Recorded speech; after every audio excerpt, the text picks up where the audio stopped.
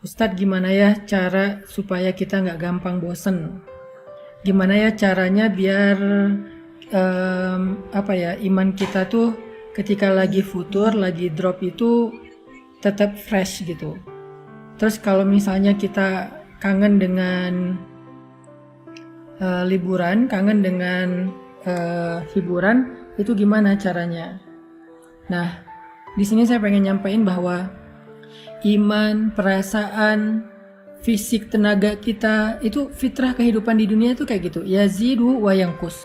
Dia kadang-kadang menjadi kuat, kadang-kadang dia menjadi lemah. Itulah fitrah dari kehidupan manusia. Terus gimana cara kita menyikapi fitrah yang kayak gini? Ketika kita lagi kuat, ketika kita lagi mood, ketika kita lagi bugar, itu pasti semuanya jadi mudah. Tapi pas kita imannya lagi lemah, perasaannya lagi bete, tenaganya jadi dalam keadaan mager, malas gerak, lemes banget, pegel-pegel, apa yang harus kita lakukan? Ada beberapa hal. Satu, butuh vitamin, butuh makan, butuh nutrisi. Kedua, kadang-kadang kita butuh terapi, kita butuh pijat, kita butuh spa, kita butuh relaksasi.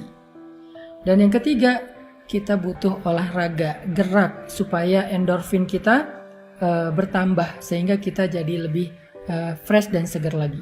Itu adalah kondisi fisik kita. Dan ternyata kondisi iman kita tuh sama dengan kondisi fisik. Iman itu ketika lemah, dia itu butuh nutrisi. Ketika lemah, dia itu butuh vitamin. Ketika lemah, dia itu butuh makan. Nah, pertanyaannya apa nutrisi iman? Apa vitamin iman? Apa makanannya iman supaya dia kuat lagi? Ternyata kata para ulama, nutrisi iman itu adalah tafakkur. Sebagaimana nutrisi perasaan itu mencari hiburan, maka nutrisi iman itu adalah tafakkur. Apa itu tafakkur? Tafakkur itu memikirkan tentang kebesaran Allah. Itu nutrisi iman. Inna fi khalqis samawati wal ardi wa ikhtilafil laili wan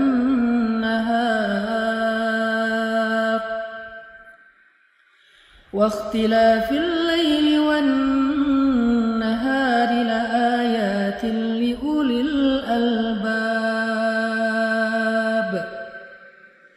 alladzina yadhkuruna Allaha qiyaman وعلى جنوبهم ويتفكرون في خلق السماوات والأرض ربنا ما خلقت هذا باطلا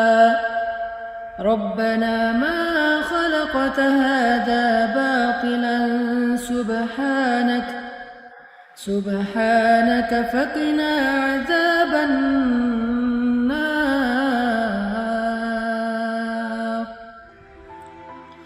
Allah Subhanahu wa Ta'ala berfirman, sesungguhnya di dalam penciptaan langit dan bumi dan di dalam silih bergantinya malam dan siang terdapat bukti-bukti tentang kebesaran Allah bagi orang yang cerdas, orang yang berakal, yaitu orang yang selalu mengingat Allah dalam keadaan berdiri, duduk, dan berbaring, dan mereka senantiasa memikirkan tentang kebesaran Allah dalam ciptaan-ciptaannya, seraya berkata, Maha Suci Tuhan kami, tidaklah Engkau menciptakan ini sia-sia, maka peliharalah kami dari azab api neraka. Di ayat ini tuh Allah lagi nyuruh kita untuk lebih sering tafakur. Wa yatafakkarun. Tafakur itu dari kata fikir. Fikir itu jadi bahasa Indonesia, pikir. Jadi nutrisi iman itu adalah mikir.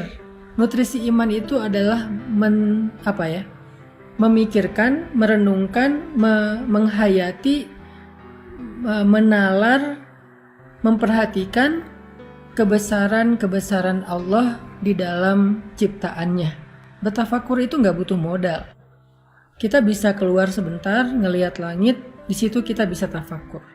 Kita bisa nonton Nat Geo tentang misalnya animal, tentang planet, tentang earth, tentang apa misalnya people atau apalah tentang kehidupan. Di situ kita bisa tafakur tentang betapa Allah itu agung banget ya, menciptakan segala sesuatu dengan sangat-sangat sempurna. Yang di dalamnya itu semuanya ada ayat, ada bukti. Bukti Allah Maha Pencipta, bukti Allah Maha Kuasa, bukti Allah Maha Mengatur, bukti Allah Maha Raja, bukti Allah yang Maha Memberi rezeki, memelihara. Di situ ada banyak bukti. Sehingga dengan kita merenungkan secara serius, kita mikir, insya Allah itu akan menjadi nutrisi dalam hati atau iman kita. Tafakur. Lalu setelah kita berpikir, tafakur, hasilnya itu harus menjadi iman. Apa maksudnya? Semakin sering kita mikirin tentang kebesaran Allah, harusnya semakin kita yakin sama Allah. Kalau kita tahu Allah itu Maha Mengatur, Maha Memberi rezeki, kenapa kita khawatir? Kenapa kita berputus asa? Kenapa kita kayak nyerah gitu? Kenapa kita ragu?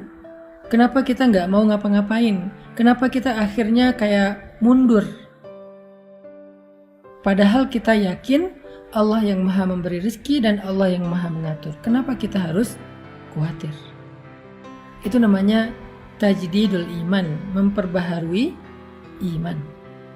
Sehingga kalau kita dengan mudah bisa mentafakuri tentang bukti kehebatan seseorang di balik suatu produk, di balik suatu karya, harusnya kita bisa lebih mudah mengagumi Allah yang punya karya-karya yang maha besar di alam semesta. Karena kita udah ngelihat karya Allah, ciptaan Allah, kagum sama Allah, harusnya kita percaya. Apa bukti kita percaya? Kita ikut, kita nggak protes, kita nggak membantah, kita nggak mendebat, kita nurut.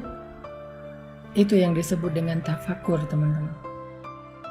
Percaya sama Allah. Makin kuat kita percaya sama Allah, semakin kita berkurang rasa khawatirnya. Kalau ada rasa khawatir dan bingung, pasti ada ragu kepada Allah. Pasti ada ragu kepada Allah. Semua kita punya keraguan tanpa kita sadari terhadap kebesaran Allah. Kita boleh bilang saya yakin sama Allah, tapi nyatanya gak cukup dengan lisan, dibuktikan itu di sini. Pembuktian itu ada di hati kita ketika kita ada masalah. Seberapa mudah kita tenang ketika ada masalah bahwa Allah Maha membantu, Maha menyelesaikan. Di situ kita akan tahu kita ini imannya kayak gimana.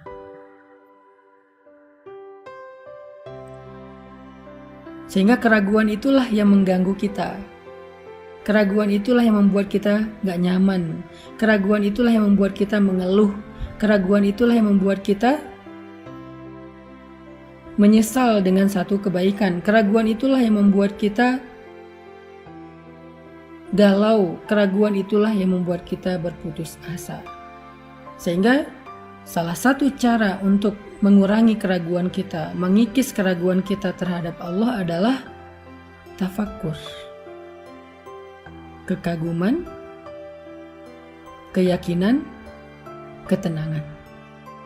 Untuk bisa kagum, kita harus mikir, kita harus ngelihat bukti-bukti Allah itu Maha Agung. Setelah kita melihat, mikir, merenungkan, kita jadi yakin sama Allah. Semakin kita yakin, semakin kita tenang dalam hidup. Kita yakin Allah yang menentukan jodoh, kita tenang soal jodoh. Kita yakin Allah yang menentukan rezeki, kita tenang untuk mencari rezeki, gak khawatir. Kita tugasnya hanya ikhtiar yang halal, Allah yang menentukan. Kita yakin Allah yang Maha menyembuhkan, kita tenang melewati ujian sampai kita diberikan kesembuhan.